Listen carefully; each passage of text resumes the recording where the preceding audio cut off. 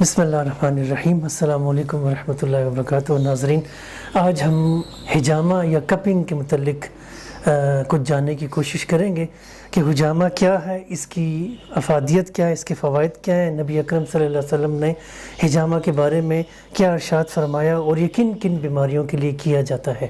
تو آج کل حجامہ کی بہت زیادہ ضرورت ہے، جو صورتحال ایسی بن گئی ہے کہ علاج مہنگا بھی ہو گیا ہے۔ ایک تو حجامہ یہ کہ اکنامیکل ہے، دوسرا یہ علاج بھی ہے اور سنت بھی ہے۔ نبی صلی اللہ علیہ وسلم نے فرمایا کہ بہترین علاج جسے تم کرتے ہو وہ حجامہ لگانا ہے، اس کو پچھنے لگانا بھی کہتے ہیں۔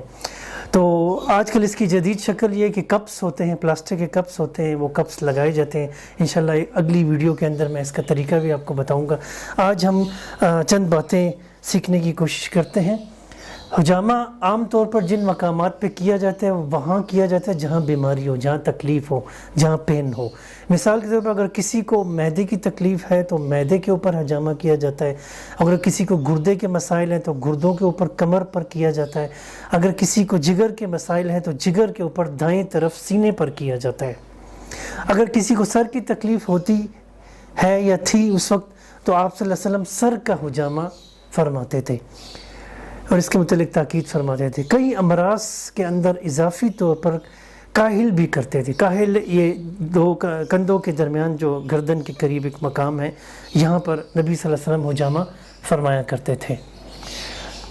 حجامہ کتنی دفعہ کرنا چاہیے؟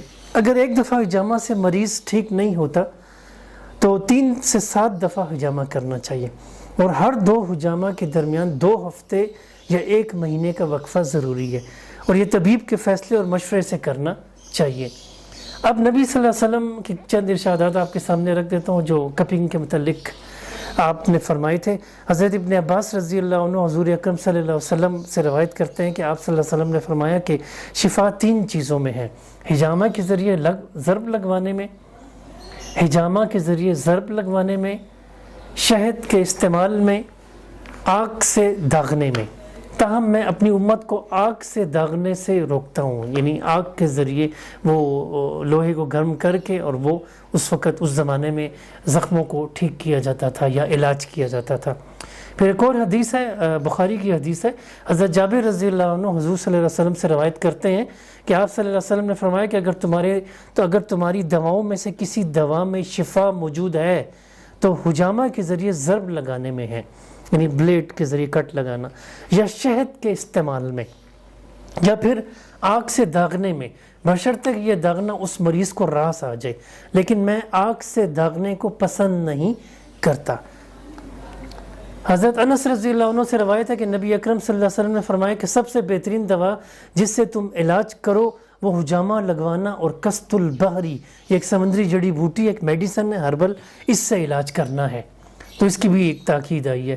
حضرت جابر رضی اللہ عنہ نے حضرت مکنہ رضی اللہ عنہ کی عیادت کی اور فرمایا کہ جب تک تم حجامہ نہ لگوا لو میں واپس نہیں جاؤں گا، اس لیے کہ میں نے نبی اکرم صلی اللہ علیہ وسلم سے سنا ہے کہ حجامہ لگوانے میں شفا ہے۔ ایک اور حدیث بھی سن لیں۔ حضرت مالک بن صعصع رضی اللہ عنہ فرماتے ہیں کہ نبی اکرم صلی اللہ علیہ وسلم نے فرمایا کہ معراج کی رات میرا فرشتوں کی جس جماعت پر بھی گزر ہوا انہوں نے مجھے حجامہ سے علاج کرانے کو کہا۔ حضرت عبداللہ بن مسعود رضی اللہ عنہ نے فرمایا کہ رسول اللہ صلی اللہ علیہ وسلم نے معراج کا واقعہ ذکر کرتے ہوئے فرمایا کہ اس رات فرشتوں کی جس جماعت پر بھی گزر ہوا انہوں نے آپ صلی اللہ علیہ وسلم کو کہا کہ آپ اپنی امت کو حجامہ سے علاج کا حکم فرمائیں۔ اس سے آپ اندازہ کریں کہ حجامہ کی کتنی اہمیت ہے۔ حضرت ابن عباس رضی اللہ عنہ فرماتے ہیں کہ نبی پاک صلی اللہ علیہ وسلم نے ارشاد فرمایا کہ حجامہ سے علاج کرنے والا کیا ہی اچھا آدمی ہے کہ فاسد خون نکال دیتا ہے، یہ ٹاکسک سیل نکل جاتے ہیں اس سے، اور پشت کو ہلکا کر دیتا ہے اور نظر کو تیز کرتا ہے۔ ابن عباس رضی اللہ عنہ فرماتے ہیں کہ معراج کی رات نبی اکرم صلی اللہ علیہ وسلم کا گزر فرشتوں کی جس جماعت پر بھی ہوا انہوں نے آپ صلی اللہ علیہ وسلم سے کہا کہ آپ حجامہ کو لازم پکڑیں۔ اس سلسلے میں ایک اور روایت سن لیں۔ حضرت ابو ہریرہ رضی اللہ عنہ نبی اکرم صلی اللہ علیہ وسلم سے روایت کرتے ہیں کہ تم جن چیزوں سے علاج کرتے ہو اگر ان میں سے کسی میں خیر اور بہتری ہے تو وہ حجامہ لگوانا ہے۔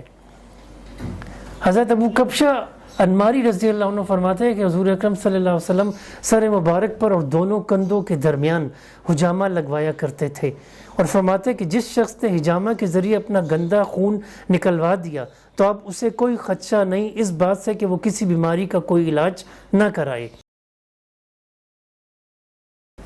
حضرت ابو ہریرہ رضی اللہ عنہ نبی اکرم صلی اللہ علیہ وسلم کا ارشاد نقل کرتے ہیں کہ جو چاند کی 17 تاریخ کو حجامہ لگوائے تو یہ حجامہ لگوانا ہر بیماری کے لیے شفا ہے۔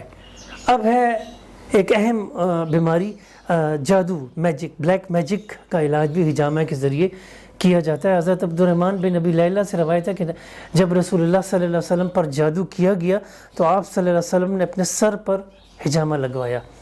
ابن قیم جوزی رحمۃ اللہ علیہ اپنی کتاب الطب النبوی صلی اللہ علیہ وسلم میں لکھتے ہیں کہ بعض کم علم لوگوں نے اس حدیث پر اشکال کیا کہ کہاں حجامہ اور کہاں جادو، اور کیا تعلق ہے اس بیماری اور اس دوا کے درمیان۔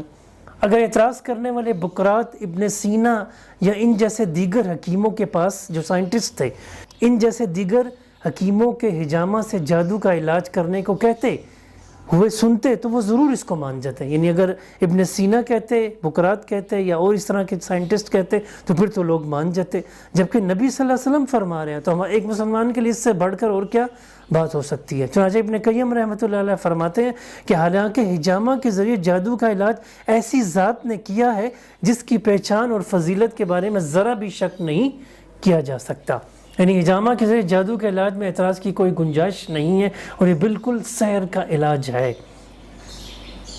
مردوں کی طرح عورتوں کا حجامہ لگانا اور لگوانا بھی جائز ہے۔ اب حجامہ کن تاریخوں میں لگانا چاہیے؟ قمری مہینے یعنی جو اسلامک منتھ ہے اس مہینے کی 17، 19 اور 21 تاریخوں میں حجامہ لگانا چاہیے۔ حضرت عبداللہ بن عباس رضی اللہ عنہ فرماتے ہیں کہ رسول اللہ صلی اللہ علیہ وسلم نے فرمایا بہترین دن جن میں تم حجامہ لگواتے ہو وہ قمری مہینے کے 17ویں، 19ویں اور 21ویں دن ہے۔ حضرت عبداللہ بن عباس رضی اللہ عنہ سے روایت ہے کہ انہوں نے فرمایا، صحیح بخاری کی روایت ہے کہ رسول اللہ صلی اللہ علیہ وسلم نے حجامہ لگوایا جبکہ آپ صلی اللہ علیہ وسلم روزے سے تھے۔ تو انشاءاللہ اگلی ویڈیوز میں مزید اس پہ گزارشات ہوں گی، آپ نے اگلی ویڈیوز ضرور ملاحظہ کرنی ہے۔ جزاک اللہ۔